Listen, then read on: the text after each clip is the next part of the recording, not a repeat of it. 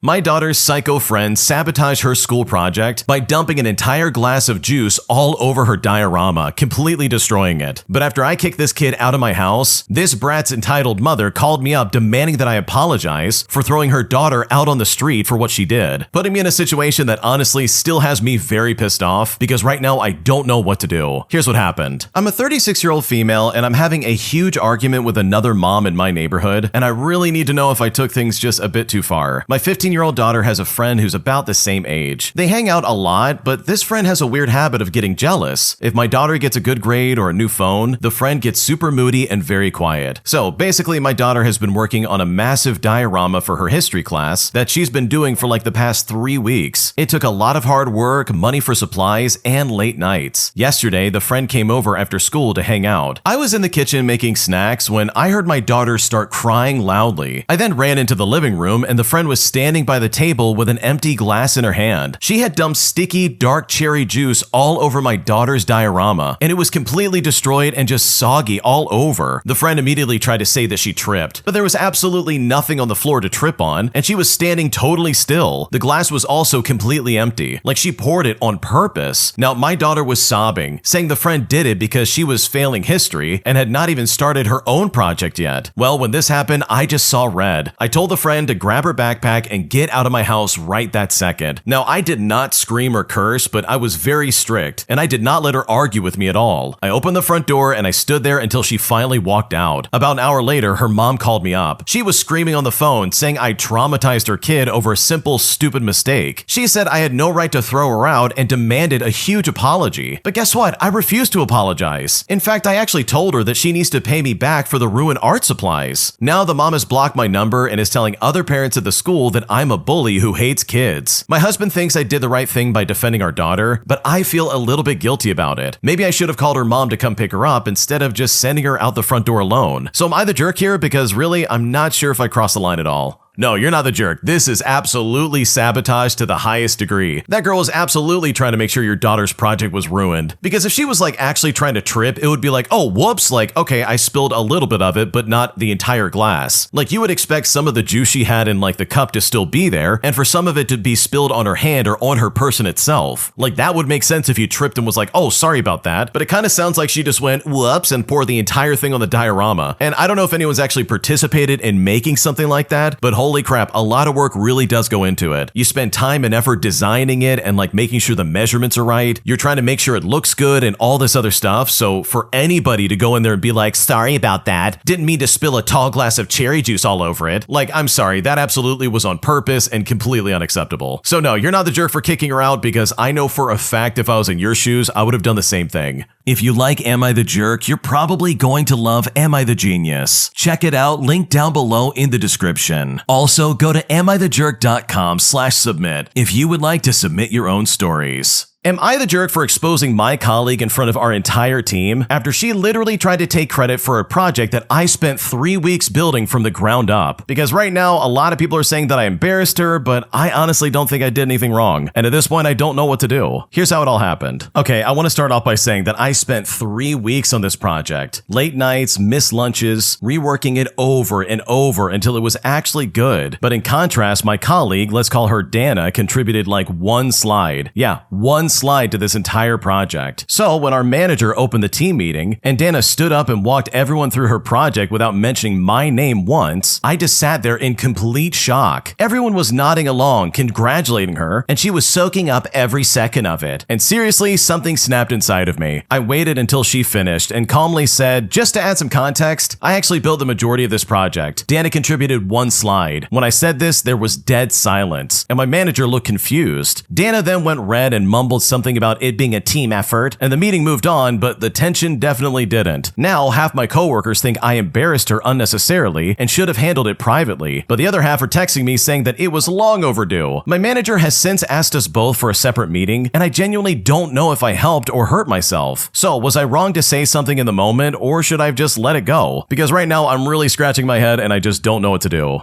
Okay, in my opinion, the timing wasn't perfect, but just like other people in the comment section are saying, you absolutely deserved credit for your work. I think you probably should have put your name in the title of like, hey, this is my presentation and I did all this work, or some kind of like crediting aspect of like the slides you put into the project, just to make it clear that yeah, I did a lot of work on this project. It was not just Dana. So to a certain extent, I don't think you're the jerk here. I think it really could have been handled privately with like you and your manager, but I understand not wanting someone else to steal your work, because that in my opinion is way worse than you embarrassing this lady in public. Am I the jerk for refusing to babysit my niece during weekends? As my sister's basically demanding that I do this, all because I'm single and I don't have any kids, which according to her means that I don't have any stress in my life. But now, after I said no, she turned very sharp on me, and now I really just don't know what to do from here. Here's how it's all going down. So I work in an office Monday to Friday, and it's the kind of job that drains your brain before lunch and your soul before 5 o'clock p.m. By the time Friday comes, I feel like a phone on 2% battery. Weekends are the only time I get to feel human again. Sometimes I go to the movies with my friends and we eat popcorn and laugh really loud. And sometimes I just stay home in my pajamas with the curtains closed, enjoying the silence because it's the only peace I get all week. My routine was simple and it kept me sane. I look forward to those 2 days like they were oxygen. And then my sister finally got hired at a new job, and I was genuinely happy for her because I knew she was struggling after having her daughter. Her husband also works full time, so their schedule suddenly became really tight. Well, a few days ago after she started, she came to me and said I should babysit her 2-year-old every weekend since I was just home anyways. When she asked me this, I told her no. Not because I don't love my niece, but because those weekends are the only time I get to rest. I explained that I need that time to recover from work or I will burn out. Well, when I said this, she didn't take it well. Her face changed entirely. Her voice got sharp, and she actually said that I was being selfish and that family should help each other out. It then turned into this huge argument where she made it sound like my rest and recovery wasn't important because I don't have a child.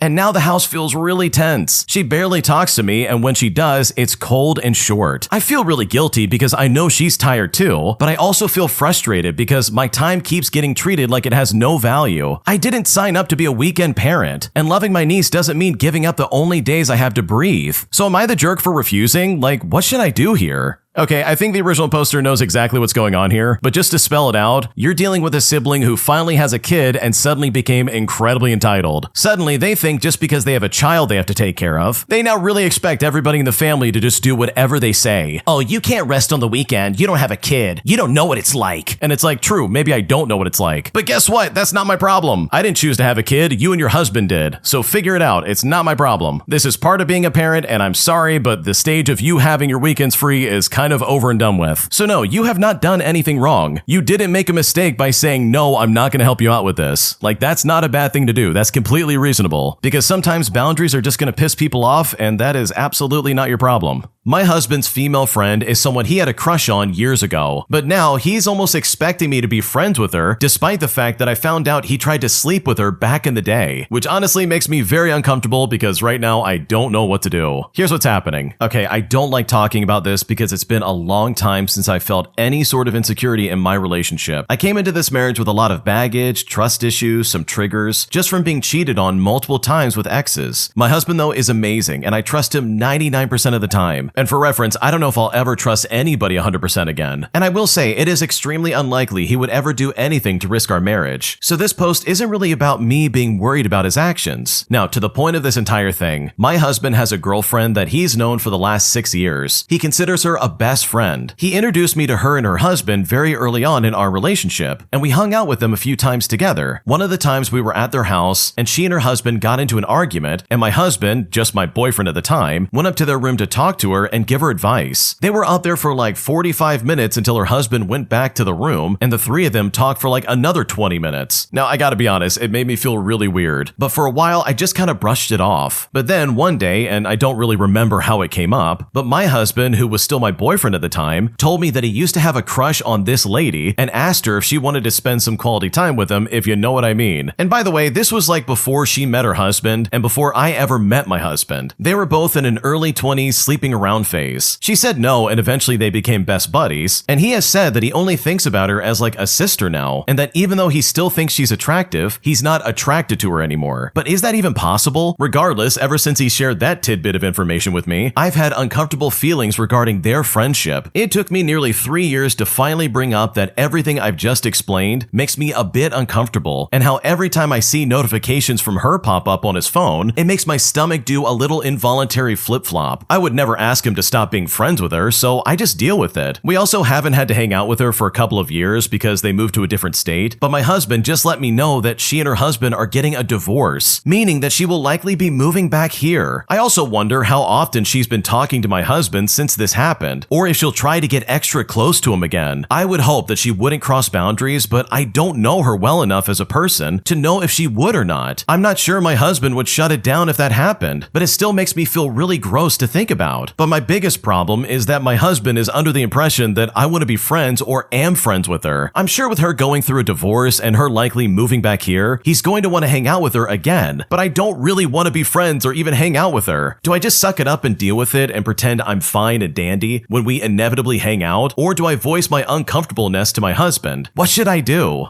Okay, dude, if I had a girlfriend who was like, oh, here's my guy friend, we almost slept together in our 20s. Anyways, hey, let's be best friends. It's like, no, I don't want anything to do with this guy. Like, why is he in our life? And I get it, people can be friends, but this sounds like this is one of those situations where it's like, okay, if you change just a few circumstances, these people would absolutely do something together that would like ruin their lives. I don't know, it just seems really sketchy to me, and it's something I would feel very uncomfortable with. So to that extent, I don't blame the original poster for being upset about this, because I would feel the exact same way. Am I the jerk for telling a woman to have her and her kids get off their phone at the movies, resulting in them either getting kicked out or leaving on their own? Because while they were leaving, I was made to feel very guilty for saying anything in the first place, and at this point, I don't know if I'm in the wrong. Here's what happened. Okay, so I saw a movie last night, and literally during the movie, I was distracted by a family 2 rows in front of me. There was a mom, a teenage son, a teenage daughter, and maybe like a 7-year-old daughter. The first issue was the son was constantly moving seats throughout the movie, and at one point, he was sitting in front of his family. The mom was on her phone most of the movie, and at several points was filming the movie itself. The mom and son were taking turns using their phones, and then passing one of the phones to the 7-year-old who was playing games. I gotta be honest, it was super distracting. So I went up and I whispered to the mom to get off their phones. She then said to me, she's playing a game. She's not doing anything wrong. But I said to her, it's a movie theater. Y'all aren't supposed to be on your phones. The mom then said to me, you can ask nicer. But I said to her, or you can be a better example to your kids and actually parent them properly. And then I just walked away. A couple minutes later, I was about to get up and go talk to an employee because they were still on their phones, but the mom got up and was gone for a few more minutes before the kids got up and left. The teenage daughter then said, I hope you're happy. You should be ashamed of yourself, talking to a grown woman like that as a grown man. The son then looked at me and said, you're a punk, and took my collector popcorn bucket from the movie from next to me and started to run away. And when I got up to go after him, he dropped it and just ran off. This whole interaction was just really weird, but it kind of leaves me wondering if I'm the jerk for saying something, because right now I'm not really sure. Okay, first of all, I don't think you're the jerk at all. This is seriously so unbelievably rude. I don't know about you, but like I've noticed a lot of people who are like super entitled, almost flocking to these public entertainment events. Stuff like movie theaters or like live shows, like it's all super obnoxious, where they have no theater etiquette, they don't realize they need to get off their phone and pay attention, and they also like try to act like, oh yeah, everybody else around me has to bend to my will. I don't have to listen to anybody, and you just have to accept who I am. It's like, no, I'm gonna tell you to shut up. I'm gonna tell you to put your phone away. Like, this is weird. Like, if you're recording stuff and playing a game on your phone in the middle of a movie theater, then why not just stay home and watch a movie? Why go to a public place and inconvenience everybody else when I'm literally back here just trying to watch a movie, dude? Like, seriously, this is disturbing me and I have every right to speak up. It's also funny that the girl thought she was getting one over on you, where she's like, oh yeah, I hope you're happy. I hope you're happy and you should be ashamed of yourself. You can't talk to a grown woman like that. Like, dude, I would want to respond to be like, oh yeah, I really am happy with myself. You guys are gone and I get to enjoy my movie. Like, are you kidding me? And what a desperate play by this kid being like, you're a loser, you're a jerk, and then running off with your popcorn bucket. It's like, ooh, you got me, dude. You totally showed me up. So no, you're not the jerk. This is some weird behavior. I think these people absolutely deserve to get shut down. And I'm personally glad that you said something, because that absolutely was the right thing to do. Today, I received an anonymous message that my girlfriend has been cheating on me behind my back. And right now, I honestly don't know what to believe because this really has me shaken to my core. Here's what's going on. Okay, so I've been in a relationship with my live-in girlfriend for years. Recently, someone from my girlfriend's work reached out to me claiming that she is also in a relationship with her coworker for more than a year behind my back. Well, when I got this information, I confronted my girlfriend, and she swore up and down that it's a lie, and she knows who's behind it as the person has a grudge on them. Now, my girlfriend filed a complaint with Human Resources, but it couldn't be proven since they used a fake account after investigation. She tried to get them to reopen the case, and this time I teamed up with her, but they refused and said that we have to deal with it ourselves outside of work, as it's not a work-related issue. And if she is getting bothered outside of work, then she should get law enforcement involved to deal with it. So would someone actually make this up just to be spiteful? Because right now I don't know what to believe. Bro, someone absolutely would make this up just to be spiteful. Are you kidding me right now? I've had coworkers who were some of the worst people on planet Earth, dude. Like seriously, there's a lot of people out there who just suck at life. They hate you for literally any reason, and some people would go out of their ways to be like, oh yeah, your girlfriend's cheating on you. Even though there's literally no evidence to support that at all. They just want to disrupt your girlfriend's life and ruin yours in the process. So unless there's some kind of like concrete evidence that your girlfriend's sleeping around behind your back, or even has some kind of like work relationship you don't know about, like unless you get some solid evidence, I would not jump to any conclusions, because chances are it's just some like disgruntled coworker who clearly has it out for your girlfriend. Today, I found out that I will inherit a lot of money when my parents pass away. And if I'm being completely honest, it has completely ruined my career drive, where I literally don't want to work because I'm thinking about the millions of dollars I'm going to inherit. And at this point, I just don't know what to do. Here's what's going on. Okay, so as the title basically says, I found out that I will inherit a lot of money someday, and this has caused me a lot of internal conflict. About 2 years ago, my dad asked my brother and I to meet him, and to bring his wife and also my partner. For reference, we're not married and we have 2 toddlers. He is in his 70s and has had more than a few health problems over the years. He then told us that he set up a trust which we will inherit someday, with each of our shares worth about $3 million. He's also leaving about $250,000 to each of his grandchildren. He got a little emotional, but also got in a few digs on me about religion and the fact that my partner and I are not married. For reference, I'm in my 40s and I stopped caring about his opinion on those things a long time ago, so I just kind of brushed it off as usual. Now, this all came as a bit of a surprise because we always had a pretty modest upbringing on the outskirts of a mid-sized city. My parents drove Hondas, my mom was a nurse on an overnight shift for decades, and we used coupons at Jiffy Lube and wore knockoff JCPenney sneakers. We signed some papers and we hugged each other, and I really think I've still just been processing the news. I am extremely grateful, but I also have a few feelings that surprise me. For starters, I'm not sure if I will get this inheritance when he dies or when both of my parents pass away. It could be much longer if it's both, I'm thinking. I know it's extremely ungrateful to ask, so instead I'm here on a Reddit thread to try and confess it. It also makes a huge amount of difference if I'm gonna get this money 5 years from now or 20 years from now. So yeah, sue me. Secondly, it has pretty much killed my drive at work. I have been at the same job for 20 years, and I worked my way up to the top financial role in the company. I'm supporting my family while my partner's home with our kids, and I'm basically committed to doing this job until my kids are both school age and my partner can return to work. It's not a terribly difficult job. I mean, we need the health insurance. It pays the bills, but I just don't feel like doing it forever. In an ideal world, I could wake up, run a 10K, shower, then go and write for a few hours, and then see if anything profitable comes of it eventually. Now, I would never say this to them because it is extremely ungrateful, but my parents are prototypical boomers in that their comfort and desire takes priority. I am thankful for the money, but I also want them to be more involved in my children's lives. They live out of state and take care of my very old great-grandmother, but that was their choice to move, and they put the guilt trip on me to bring the kids down to visit every year. I want my kids to know them more than just a FaceTime call once a month, but I'm also used to my parents prioritizing themselves. I see friends whose parents are spending time with the kids regularly, and I wish my kids had that type of relationship too. I just do not want to ask my parents to do something they should feel evolutionary drawn to do already. They want to stay in Florida and go to church all the time instead. Also, I'm afraid of telling my friends about this money because it could change the relationship or the way they look at me. I would be more willing to help out friends in need, but I just don't want to be someone that people come to ask for help. I also don't want my children to be spoiled. I mean, I've seen what this has done to my own career drive, and I'm a grown man. Anyways, enough with the rambling. I seriously wanted to get these thoughts out of my head because right now I don't know what to do.